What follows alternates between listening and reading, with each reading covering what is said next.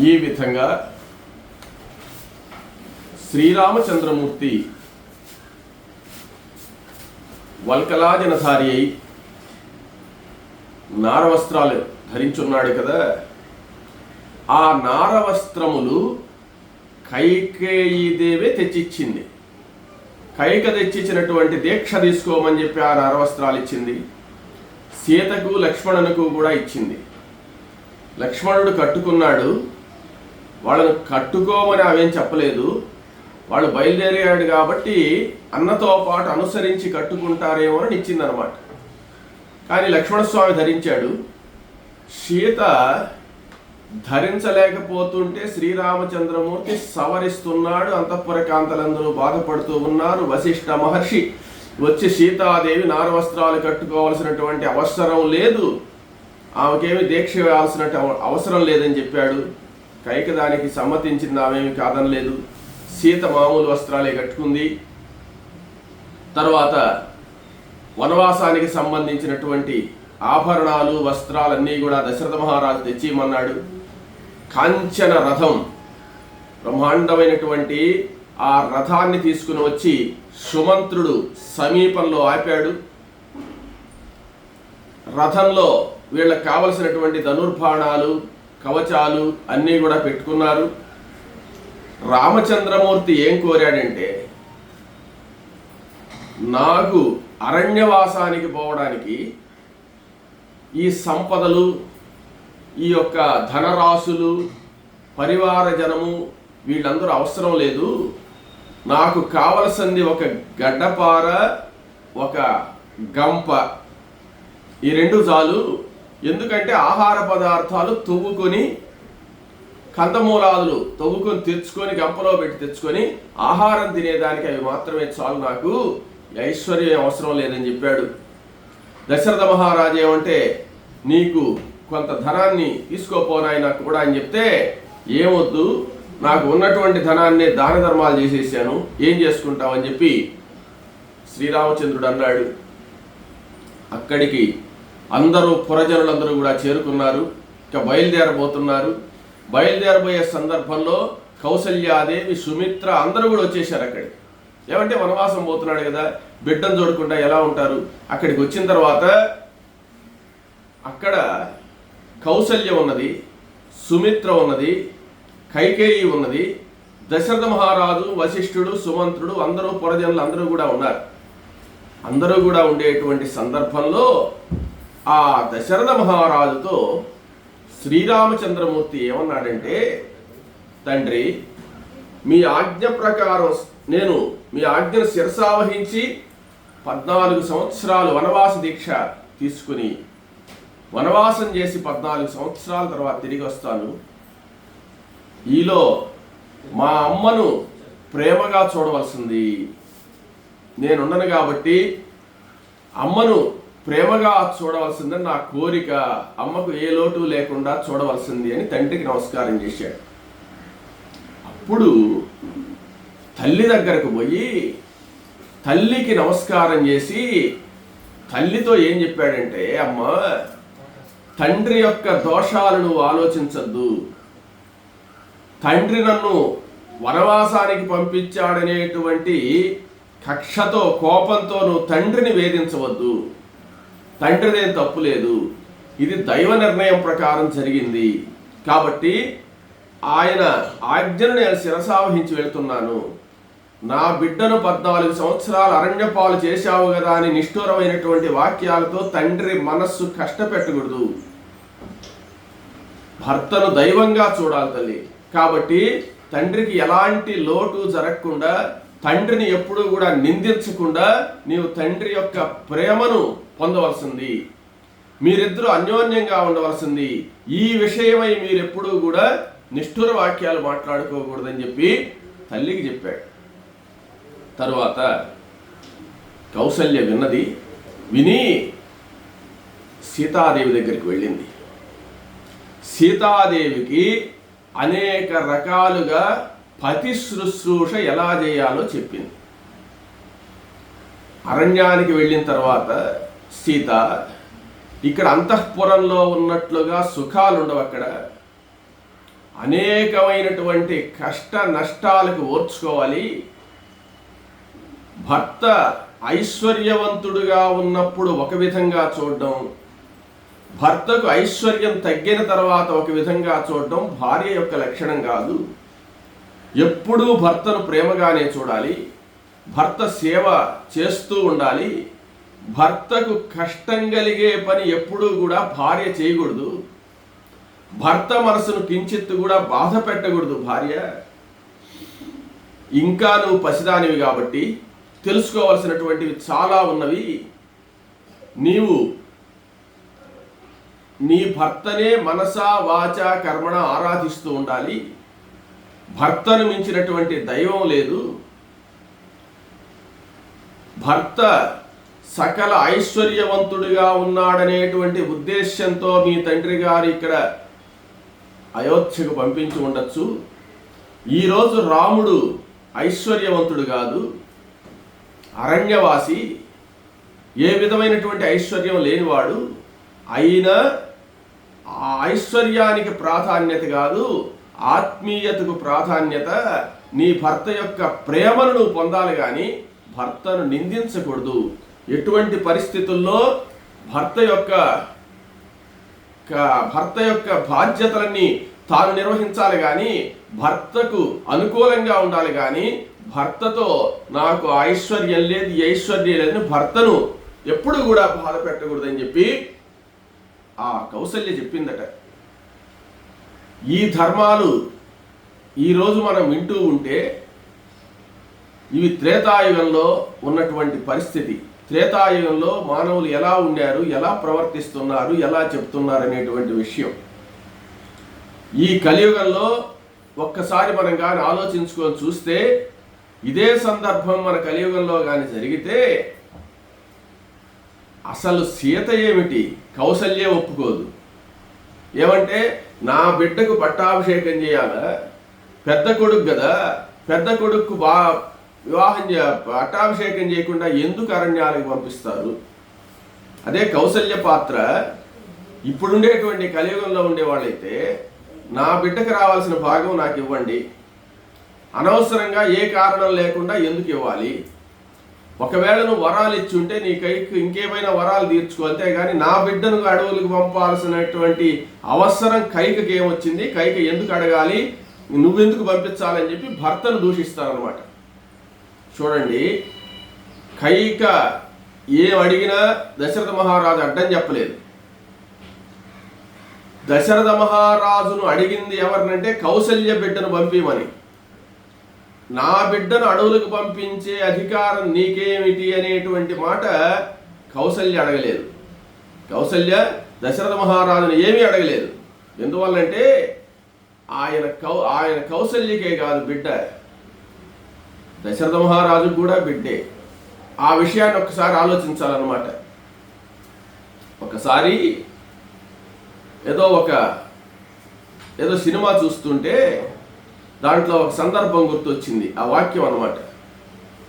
ఆయన పెద్ద police officer, కొడుకు దొంగతనం చేస్తుంటే కొడుకును బాగా కొడతాడనమాట. కొట్టిన తర్వాత బాగా బెల్ట్ తీసుకొని బాగా దంచేస్తాడు. దంచేసిన తర్వాత తప్పు చేస్తున్నాడని చెప్పి కొట్టిన తర్వాత భార్య వచ్చి, ఎందుకు ఆ బిడ్డను మీరు గొడ్డును బాదినట్టు బాదుతారు, ఆ బిడ్డను అలా హింసించకూడదు కదా, ఎందుకు ఆ బిడ్డనట్టు కొడుతున్నారు అంటే అని బాధపడుతుంది భార్య. అప్పుడు ఆయన అంటాడు, మీరు ఒక విషయం మర్చిపోతున్నారు, వాడు నీకే కాదు కొడుకు, నాకు కూడా కొడుకేను. నా బిడ్డ 10 మందిలో గౌరవంగా ఉంటే నీకంటే ఆనందపడేవాడిని నేను. వాడిని శిక్షిస్తున్నానంటే వాడు చేసిన తప్పు అటువంటిది అని ఆ తండ్రి చెప్పాడు. అటువంటి ధర్మం త్రేతాయుగంలో ఉంది. ఇప్పుడు కౌసల్య రామచంద్రమూర్తిని పంపిస్తూ ఉంటే దశరథ మహారాజును నిలదీసి నా బిడ్డను ఎందుకు అడవికి పంపిస్తున్నావని భర్తను అడగలేదు. అడిగితే దశరథుడు అంటాడు, కౌసల్య రాముడు నీకే కాదు నాకు కూడా బిడ్డేను, కానీ ధర్మానికి కట్టుబడ్డాను అని చెప్తున్నాడు. ఇక్కడ కౌసల్య ధర్మానికి కట్టుబడి ఏమీ అడగలేదు. దశరథ మహారాజు ధర్మపాశబద్ధుడైపోయి గమ్మైపోయినాడు. ఇక కైక ఉన్నది. అందరి దృష్టిలో కైక దుర్మార్గురాలు, కానీ కైక కూడా ధర్మపాశబద్ధురాలయ్యే ఉండిందని దైవ నిర్ణయం, మన నిర్ణయం కాదు. ఈ ఘట్టాన్ని పురజనులందరూ చూస్తున్నారు. వశిష్ఠ వామదేవాది ఋషీశ్వరులందరూ చూస్తున్నారు. రామచంద్రమూర్తి బయలుదేరబోతున్నాడు. పురజనులందరూ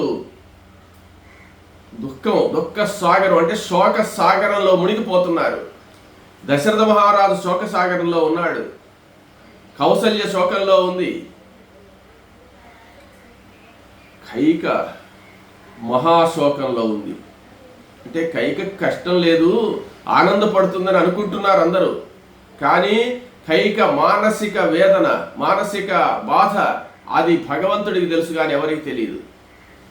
అటువంటి సందర్భంలో కైక ఉన్నది. ఇంతమందిని బాధ పెట్టి ఈ రాజ్యాన్ని తీసుకోవడం అవసరమా అని కూడా ఆమెకు అనిపిస్తుంది. కానీ ఏమయ్యా అంటే కర్తవ్యం. ఇంకొక విషయం చెప్తాడు, బుద్ధి కర్మానుసారిణి, జరగాల్సినటువంటి ప్రక్రియ అలా ఉన్నది కాబట్టి కైకేయి బుద్ధిని దేవతలు అలా నడిపిస్తున్నారు. అది నిస్సందేహం, సందేహమే లేదు. అందువల్లనే పరాత్పరుడైనటువంటి శ్రీరామచంద్రమూర్తి కైకేయికి నమస్కారం చేశాడే గాని కైకేయిని నిందించలేదు. చూడండి, రెండు విధాల ఋషీశ్వరులుగా ఉండేటువంటి వాళ్ళు, జ్ఞానులుగా ఉండేవాళ్ళు రెండు వైపులా చూస్తూ ఉంటారు. ఈ అయోధ్య నగరం అంతా కూడా శోక సాగరంలో మునిగిపోతుంది కైకేయి కారణంగా. రామచంద్రమూర్తి అయోధ్యకు దూరం అయిపోతున్నాడని. స్వర్గలోకం, దేవలోకం అంతా కూడా ఆనందంతో, అక్కడ కలనీళ్లే, ఇక్కడ కలనీళ్లే. ఇక్కడ శోకంతో కలనీళ్లు, అక్కడ ఆనందంతో ఆనంద బాష్పాలు. దేవతలందరూ కూడా శ్రీరామచంద్రమూర్తి బయలుదేరుతున్నాడని ఆనందంతో చూస్తున్నారు. వీళ్ళందరూ బాధపడుతున్నారు. కాబట్టి ఆ దేవతల యొక్క ఆనందానికి కారణమైనటువంటి కైకేయిని చూసి శ్రీరామచంద్రమూర్తి నమస్కరించాట. నమస్కరిస్తే ఆమె ఆశీర్వదించింది మానసికంగా, నాయనానికి ఎప్పుడు క్షేమమే కలగాలని చెప్పి. కానీ పైకి మాత్రం కఠినంగానే కనపడుతుందన్నమాట. తరువాత ఈ భర్త సేవ ఎలా చెయ్యాలి అనేటువంటి ధర్మాలు చాలా చెప్పింది కౌసల్య. ఆ ధర్మాలన్నీ కూడా ప్రస్తుతమైతే పాటించే వాళ్ళు 100కి 1 కూడా లేరు. ఏమంటే, భర్త కంటే ముందుగా నిద్రపోకూడదు, భర్త కంటే ముందు భోజనం చేయకూడదు. ఏదైనా సరే భర్త సేవ చేసిన తర్వాతనే చేయాలనేటువంటి ధర్మాలు చాలా ఉన్నాయి. కానీ కలియుగంలో కొంచెం మార్పు చేసుకోవాలి. ఏమంటే, కలియుగంలో పుట్టిన వాళ్ళందరూ కూడా సకల విధాలైనటువంటి ఆరోగ్య సమస్యలతో ఉండేటువంటి వాళ్ళు. భర్త ఏదైనా దూరం పోయినాడు, వచ్చే సమయానికి ఆలస్యమైంది, భర్త భోంచేయచ్చు, తప్పులేదు. ఏమంటే భర్త వచ్చిన దాకా ఈమె ఆరోగ్య రీత్యా ఈమె గమ్మునుంటే ఈమెకు షుగరో బీపీఓ డౌన్ అయిపోయినాయి అనుకో, ఈమె మరణిస్తుంది అనమాట. కాబట్టి అప్పుడున్నటువంటి వాతావరణం వేరు, ఇప్పుడున్న వాతావరణం వేరు.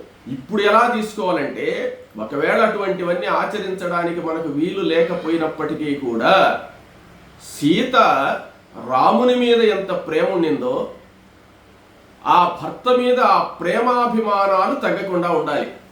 ఆ ప్రేమాభిమానాలు తగ్గకుండా ఉన్నప్పుడు ముందుగా భోంచేసినా, ముందుగా లేచినా, ముందుగా నిద్రపోయినా పెద్ద సమస్య కాదు. ఆ ప్రేమాభిమానాలు అనేవి లేకుండా ఊరికే నటన కోసంగా చేస్తే అది పాతివ్రత్యం అనిపించుకోదు. కాబట్టి మనసా వాచా కర్మణ భర్తను అనుసరించాలి అని చెప్పి అనేక విధాలైనటువంటి ధర్మాలు సీతాదేవికి బోధించింది. ఆ ధర్మాలన్నీ విన్న తర్వాత ఆ సీత కౌసల్యాదేవి పాదపద్మాలకు నమస్కరించింది. అప్పుడు బయలుదేరబోతున్నారు. లక్ష్మణస్వామి అలా వెళ్ళాడు. లక్ష్మణస్వామి పోయి సుమిత్రకు నమస్కారం చేశాడు. సుమిత్రకు నమస్కారం చేయగానే సుమిత్రాదేవి లక్ష్మణస్వామిని కౌగిలించుకొని పెద్దగా దుఃఖించిందట. దుఃఖించి అసలు లక్ష్మణస్వామి అడవులకు పోవాల్సిన అవసరమే లేదు కదా, అకారణం అంటే కారణమే లేదు, కానీ నువ్వెందుకు పోవాలి నాయన, నా కడుపును పుట్టిన బిడ్డవి, ఈ అరణ్యవాసం నువ్వు దేనికి చేయాలా, రాజభోగాలు అనుభవించాలి కదా, ఆయన సరే పోతున్నాడు, ఒకవేళ నువ్వు ప్రేమగా ఉన్నావు, స్నేహితంగా ఉన్నావు, మళ్ళీ 14 సంవత్సరాల తర్వాత వచ్చిన తర్వాత బాగుండొచ్చు కదా, నువ్వు భార్యను విడనాడి రామచంద్రమూర్తితో కూడా ఎందుకు వెళ్ళాలి అని చెప్పి సుమిత్ర అనలేదు. ఆమె అంటుంది, నాయన జాగ్రత్తగా పోయి అన్నా వదిన సేవ చేసుకో నాయన, నీ జన్మ చరితార్థం అవుతుంది. లక్ష్మణ, నీవు ఎలా ప్రవర్తించాలో తెలుసా, అరణ్యంలో ఆ అన్నా వదినల యొక్క తల్లి తండ్రి తర్వాత తల్లిదండ్రులు అన్నా వదినలే నాయన, వాళ్ళ సేవ చేసుకో. రామం దశరథం విద్ధి, రాముడే దశరథ మహారాజు అనుకో, మీ తండ్రి అనుకో. మాం విద్ధి జనకాత్మజాం, నేనే సీతాదేవి అనుకో, మీ తల్లి సీతాదేవి, మీ తండ్రి దశరథ మహారాజు కదా, అక్కడ రాముల వారే మీ తండ్రి. అయోధ్యావటవీం విద్ధి, ఆ రామచంద్రమూర్తి ఎక్కడ ఉన్నాడో అదే అయోధ్య, అడవే అయోధ్య అనుకో. ఇత్థి గచ్చతాత యథా సుఖం, కాబట్టి హాయిగా పోయి సుఖాన్ని అనుభవించు నాయన అని చెప్పి అన్నాడు. ఈ శ్లోకానికి ఇంకొక అర్థం ఏమిటంటే, రామం దశరథం విద్ధి, దశరథుడు అంటే, దశము అంటే పక్షికి పేరుంది, గరుత్మంతుడు రథముగా కలిగినటువంటి శ్రీ మహావిష్ణువే రాముడు. మాం విద్ధి జనకాత్మజాం, మా అంటే లక్ష్మీదేవి, సీతాదేవి ఎవరో కాదు నాయన, లక్ష్మీదేవి ఏను, రామచంద్రమూర్తి శ్రీమన్నారాయణుడు. అయోధ్యావటవీం విద్ధి, ఆ వైకుంఠం ఏందయ్యా అంటే, నీ యొక్క అరణ్యం అనేది ఉందే, నువ్వు రామచంద్రమూర్తి సీత ఎక్కడున్నారో అదే వైకుంఠం, వేరే వైకుంఠం ఏం లేదు. ఇప్పుడు వెంకటేశ్వర స్వామి ఉండేటువంటిది కొండ మీద, అడవిలో 7 కొండల మీద ఉన్నాడు వెంకటేశ్వర స్వామి. ఆ 7 కొండలు మొత్తం అడివే కదా, అడివైన స్వామివారు ఉంటే దాన్ని ఏమంటున్నారు, కలియుగ వైకుంఠం. ఆ మహానుభావుడు ఆ శ్రీ మహావిష్ణువు ఎక్కడైతే ఉంటాడో అదే వైకుంఠం నాయన. అయోధ్యం అంటే జయంప వీలుగా అన్నటువంటి ప్రాంతం, జయంప వీలుగానటువంటి, ఎవరు చొర్రానటువంటి, శత్రువులకు అభేద్యమైనటువంటి ఆ వైకుంఠమే రాముడు సీత ఉండే ప్రాంతము. కాబట్టి రాముణ్ణి విష్ణువుగా, సీతాదేవిని లక్ష్మీదేవిగా, అరణ్యమే వైకుంఠంగా భావించి సేవ చేయనాయన నువ్వు అని చెప్పి సుమిత్ర తన కుమారునికి ఉపదేశించిందట. తరువాత దశరథ మహారాజు దగ్గరికి వచ్చి సీతా లక్ష్మణ సమేతుడై రామచంద్రమూర్తి దశరథ మహారాజుకు ప్రదక్షిణం చేశాడు. ప్రదక్షిణం చేసి సాష్టాంగ నమస్కారం చేశాడు.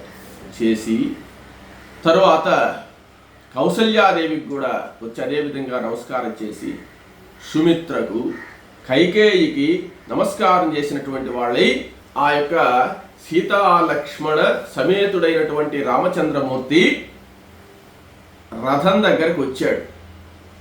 రథం దగ్గరికి వచ్చి ఆ రథం పైన అన్ని వస్తువులు పెట్టేసి ఉంటే ఆ రథం మీదకు సుమంత్రుడు సిద్ధంగా ఉన్నాడు. అక్కడ ఆ రామచంద్రమూర్తికి నమస్కారం చేసి, నాయన అన్నీ కూడా సిద్ధంగా పెట్టున్నాయి, మీరు అధిరోహించండి, సిద్ధంగా ఉన్నాను నేనని చెప్పాడు. అప్పుడు శ్రీరామచంద్రమూర్తి ఆ రథానికి ప్రదక్షిణం చేసినటువంటి వాడై ఆ రథానికి నమస్కారం చేసి శ్రీరామచంద్రమూర్తి ఆ రథంలో ఎక్కాడు. లక్ష్మణస్వామి సీత కూడా అధిరోహించారు. అధిరోహించిన తర్వాత ఎప్పుడైతే రామచంద్రమూర్తి బయలుదేరుతున్నాడో అయోధ్యానగర పుర ప్రజలు కానీ, ఈ కౌసల్యాదులు కానీ, సుమిత్ర వీళ్ళందరూ కూడా పెద్దగా ఏడుస్తున్నారట. ఏడుస్తూ ఉంటే ఆ స్త్రీలందరూ, అంతఃపుర స్త్రీలందరూ విలపిస్తున్నారు. రామచంద్రమూర్తిని చూడలేక, ఆయన ఇంకా చూడలేం కదా అనేటువంటి బాధతో వాళ్ళు బాధపడుతున్నారు. ఆ రామచంద్రమూర్తికి మనకు కనపడ్డ కదా 14 సంవత్సరాలు, ఎవరు ఉంటామో ఎవరు పోతామో, రామదర్శనం ఇంక కాదు కదా అని చెప్పి విలపిస్తున్నారు. పెద్దగా రథం బయలుదేరబోయే ముందు ఆ అయోధ్య నగరం అంతా కూడా ఈ దుఃఖ సాగరంలో మునిగిపోతుంది. దశరథ మహారాజు అలాగే చూస్తున్నాడు. పెద్దగా దుఃఖం వచ్చింది ఆయన. పెద్దగా దుఃఖం వచ్చి ఆ వెళ్ళేటువంటి ఆ సీతారాములను చూస్తూ పెద్దగా ఏడుస్తున్నాడు. కౌసల్య పెద్దగా ఏడుస్తుంది. వాళ్ళ యొక్క దుఃఖాన్ని చూడలేక రామచంద్రమూర్తి, సుమంత్ర బయలుదేరింకని చెప్పి అన్నాడు. బయలుదేరిన తర్వాత సుమంత్రుడు వెంటనే రథాన్ని బయలుదేరించాడు. బయలుదేరించిన తర్వాత వేగంగా రథాన్ని పోని అన్నాడు. రథం బయలుదేరగానే రథం కూడా అందరూ బయలుదేరేశారు. అంతఃపుర స్త్రీలు, పురజనులు, అక్కడ ఉండేటువంటి వాళ్ళందరూ కూడా రథం కూడా బయలుదేరారు. వాళ్ళని ఆగమని చెప్తూ రథాన్ని ముందుకు సాగనిస్తున్నాడు. రథం అలా పోతూ పోతూ పోతూ ఉన్నది. ఆ దశరథ మహారాజు తట్టుకోలేక ఇక రామచంద్రమూర్తి వెళ్ళిపోతున్నాడు అనేటువంటి బాధతో సుమంత్ర రథం ఆపు ఆపు ఆపు నడుస్తున్నాడు. ఆ దశరథ మహారాజు రథము ఆపమనేటువంటి శబ్దం సుమంత్రుడికి, రాముడికి ఇద్దరికి వినబడుతుంది. సుమంత్రుడు ఏం చేయాలో అర్థం కాలేదు. రథాన్ని ఆపబోతే రాములు వారు ఏమన్నాడంటే, రథాన్ని ఆపద్దు, నువ్వు వేగంగా పోని రథాన్ని, ఆయన తట్టుకోలేడు, నేను తట్టుకోలేనని చెప్పి అన్నాడు. అయితే రాజాజ్ఞ కదా, ఎట్లా చేయాలి అని సుమంత్రుడు అంటే, ఏం పర్వాలేదు, ఒకవేళ ఆయన మరలా నువ్వు తిరిగి వచ్చినప్పుడు రథం ఆపలేదు ఏమి అని అడిగితే, ఆ శబ్దంలో వినపడలేదు నాకు, ఆ రథ శబ్దంలో, ఈ కోలాహలంలో మీరు చెప్పింది నాకు వినపడలేదని చెప్పు, అంతేగాని ఇప్పుడు రథం ఆపితే కుదరదని చెప్పి రాములు వారు చెప్పాడు. చెప్పిన తర్వాత ఆ రథం అలా బయలుదేరింది. బయలుదేరి ఆ రథం బయలుదేరుతుంటే ఆ దారిలో ఉండే రజం దుమ్మంతా రేగుతుంది అనమాట. గుర్రాలు పరిగిస్తున్నాయి కదా, ఆ గుర్రాలు పరిగెత్తేటువంటి ఆ రథాన్ని, ఆ దుమ్ము రేగుతూ ఉండేటువంటి రథాన్ని కన్నుచూపు మేర ఎంత దూరం అయితే రథం కనపడుతుందో అంత దూరం దశరథ మహారాజు చూస్తూనే ఉన్నాడు, చూస్తూనే ఉన్నాడు, చూస్తూనే ఉన్నాడు. రథం కనపడకుండా పోయింది. రథం ఎప్పుడైతే కనపడకుండా పోయిందో దశరథ మహారాజు స్పృహ తప్పి పడిపోయినాడు. దశరథ మహారాజు ఎప్పుడైతే స్పృహ తప్పి పడిపోయినాడో పెద్దగా ఏడుస్తూ, కౌసల్యదేవి కూడా అక్కడే ఉంది, గబగబా వచ్చి కౌసల్య ఒకవైపు పట్టుకుంది. వెంటనే ఎంత ప్రేమో చూడండి కైకకు. కైక వచ్చి దశరథ మహారాజును ఒకవైపు పట్టుకుంది. పడిపోయినటువంటి దశరథ మహారాజును లేవదీయడానికి చూశాడు. కొంచెం స్పృహ వచ్చింది. కైక పట్టుకో ఉంది చేతిని. ఒక్క విదిలింపు విదిలిచ్చాడు కైకను. కైక, ఇంకా నువ్వు తాకద్దు, నువ్వు నీ జీవితంలో ఇంకా నన్ను స్పర్శించేటువంటి అదృష్టం నీకు లేదు. ఎప్పుడైతే నా రాముని నాకు కాకుండా చేశావో ఆ రోజే నీవు సకల సౌఖ్యాలను కోల్పోయినావు. నువ్వు నన్ను స్పర్శించద్దు, వదులు నీ చెయ్యి అన్నాడు. కైక ఎడంగా నిలబడింది. అప్పుడు అంటున్నాడు, నిన్ను నీ కొడుకును నేను పరిత్యజించేశాను. నీ కొడుకు కూడా నీ మాదిరి మనస్తత్వం కలిగిన వాడే గాని అయితే నాకు కర్మక్రతువులు కూడా నీ కొడుకు చేయడానికి లేదు. నాకు ఎలాంటి ఔర్ధ్వదేహిక చర్యలు, కార్యక్రమాలు నీ కొడుకు చేత జరిపించరాదు. నీ కొడుకు నీ బుద్ధి కలిగిన వాడైతే అన్నాడు. కైక ఇంకేం మాట్లాడలేదు. కైక లోపల ఎంతో బాధ ఆమెకి, అది అందరికీ అర్థమయ్యే బాధ కాదు. ఎడంగా వెళ్ళిపోమన్నాడు. వెళ్ళిపోయి ఎడంగా నిలబడ్డాడు. అందరూ కైకను కోపంగా చూస్తున్నారు. అప్పుడు దశరథ మహారాజు సేవకులను పిలిచాడు. పిలిచి, నాకు సహాయంగా రాండి ఒక్కరవ అన్నాడు. సహాయంగా వచ్చిన తర్వాత వాళ్ళను సహాయంగా తీసుకుని దశరథ మహారాజు అక్కడ నుండి కౌసల్యాదేవి మందిరానికి వెళ్ళిపోయినాడు. కౌసల్యాదేవి కూడా ఆయన కూడా పోయింది. ఒక తట్టు పట్టుకోపోయింది. ఆ పెద్దవాడు కాబట్టి కౌసల్యాదేవి మందిరానికి పోతూ ఇక నువ్వు నీ ముఖం నాకు చూపివద్దు, నీకు నాకు ఎలాంటి సంబంధం లేదని చెప్పి కైకను దూషించి వెళ్ళిపోయినాడు. కైక గమ్మునున్నది. ఆమె ఇవన్నీ జరుగుతాయని తెలుసు. ఇవన్నీ జరిగిన ధర్మానికి కట్టుబడకుండా దశరథుడు ప్రవర్తిస్తున్నాడు. ఆయన ధర్మాన్ని రక్షించాలనేటువంటి పట్టుదలతో ఆ విధంగా చేసింది. చూడండి, ఒక ధర్మాన్ని రక్షించాలన్నా, ఒక సత్యాన్ని కాపాడాలన్నా ఎంత కష్టమైన విషయమో చూడండి. అందరి చేత చీగొట్టించుకుంది. ఆఖరకు తన భర్త తన్ను అసహించుకొని వెళ్ళిపోయినాడు. రాముడు అరణ్యం పాలైపోయినాడు. భరతుడు దగ్గర లేడు. ఆ బాధతో పైకి మాత్రం క్రూరంగా కనపడుతూ ఉండేటువంటి కైక కూడా తన మందిరంలోకి వేగంగా వెళ్ళిపోయింది. దశరథ మహారాజు కౌసల్యతో పాటు కౌసల్య మందిరానికి వచ్చేసాడు. సరే, సుమిత్ర కూడా కౌసల్యతో కూడా వచ్చేసింది. ఇక్కడ ఇలా ఉంటే రామచంద్రమూర్తి బయలుదేరి వెళ్తున్నాడు కదా. బయలుదేరి వెళ్ళేటప్పుడు రామచంద్రమూర్తిని అనుసరించి అయోధ్యానగరం మొత్తం పోతుంది. అంటే అయోధ్యానగరంలో ఉండేటువంటి నడవలేనటువంటి వాళ్ళందరూ కూడా కదిలి ఆ ప్రజలు మొత్తం బయలుదేరారు. ఎప్పుడైతే అయోధ్యానగర ప్రజలందరూ కూడా బయలుదేరారో రామచంద్రమూర్తి వాళ్ళందరికీ నమస్కారం చేసి, నాయనలారా మీరందరూ రావద్దు, నేను పోయేది ఘోరారణ్యాల్లోకి, మీరు రావద్దని చెప్పి బ్రతిమలాడి చెప్తున్నాడు వాళ్ళకి నమస్కారాలు చేసి. అయినా రథం కూడా వచ్చేస్తున్నారు వాళ్ళు. అప్పుడు రథాన్ని కొంచెం వేగం తగ్గించమన్నాడు సుమంత్రుడిని. వాళ్ళు పరిగెత్తలేకుండా ఉన్నారు. వాళ్ళకి ఏదో ఒకటి చెప్పి బ్రతిమలాడి పంపించాలి కదా, మనం అలా వెళ్ళిపోవడం బాగుండదని చెప్పిన పాట సుమంత్రుడు రథవేగాన్ని తగ్గించాడు. రథవేగాన్ని ఎప్పుడైతే తగ్గించాడో అప్పుడు చిన్నగా పోతూ ఉంది రథం. ప్రజలందరూ పోతున్నారు. ప్రజలందరూ పోతూ ఉంటే వాళ్ళ యొక్క ఆక్రందనలు, వాళ్ళ యొక్క బాధలు, వాళ్ళు అరిచేటువంటి అరుపులు, వాళ్ళు ఏడ్చేటువంటి ఏడుపులు అయోధ్యానగరమే రూపం ధరించి దుఃఖిస్తుందా అన్నట్టుగా ఉందన్నమాట. రాముడంటే అంత అభిమానం, రాముడంటే అంత ప్రేమ. రాముడు అటువంటి ప్రేమను వాళ్ళందరి ద్వారా సంపాదించుకున్నాడు.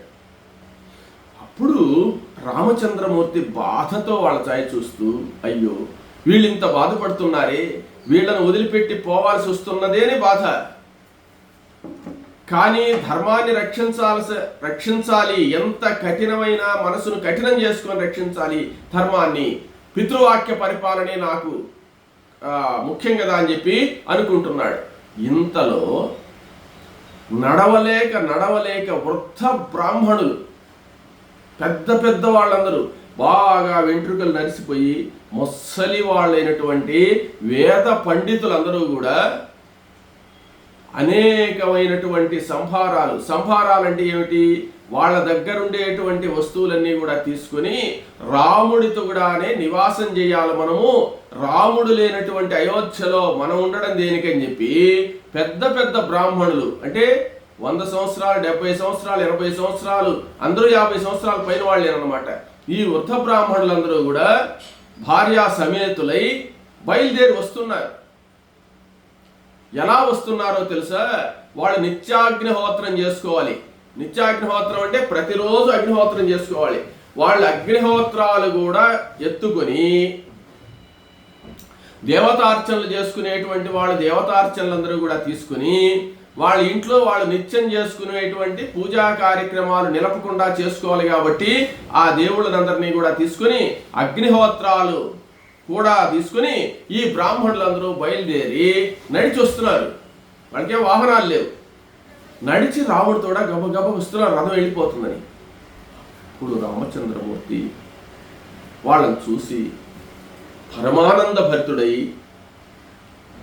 ఇప్పుడు ఆ పెద్ద బ్రాహ్మణులందరూ కూడా వేగంగా వెనుక నుంచి వస్తూ ఉంటే, సుమంత్ర రథం ఆపునైనా అన్నాడు.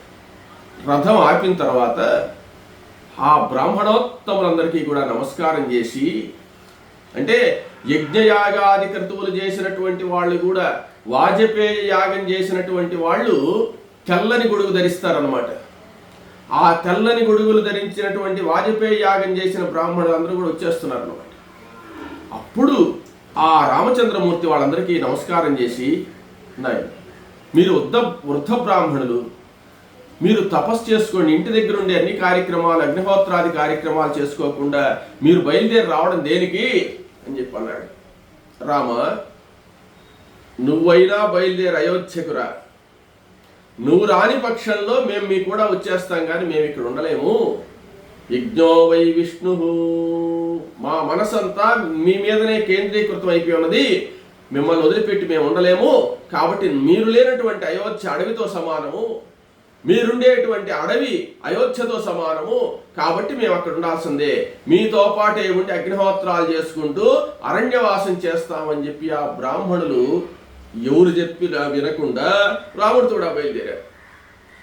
ఇప్పుడు రామచంద్రమూర్తి రథంలో నుంచి దిగినటువంటి వాడై ఆ బ్రాహ్మణులందరికీ కూడా నమస్కారం చేసి, ఆ బ్రాహ్మణులు రాముడి మాట వినకుండా రాముడిని తిరిగి రమ్మన్నారు. అయోధ్యకు రావడానికి కుదరదు, నేను తండ్రి వాక్యాన్ని పరిపాలించాలి అని చెప్పి ఆయన పోతుంటే, వాళ్ళు అట్టయితే మేము మీ కూడానే వస్తామని చెప్పిన పాట రామచంద్రమూర్తి రథం మీద ఎక్కకుండా బ్రాహ్మణులతో కూడా నడిచి పోతున్నట్ట. రాములు వారు నడిచిపోతున్నాడు బ్రాహ్మణులతో కూడా. ఈ అయోధ్యాపురవాసులందరూ కూడా వస్తున్నారు. అందరూ కూడా పాదయాత్ర చేస్తూ పోతూ ఉన్నారట. ఎక్కడికి వెళతారు ఏంది అనేది రేపు తెలుసుకుందాం.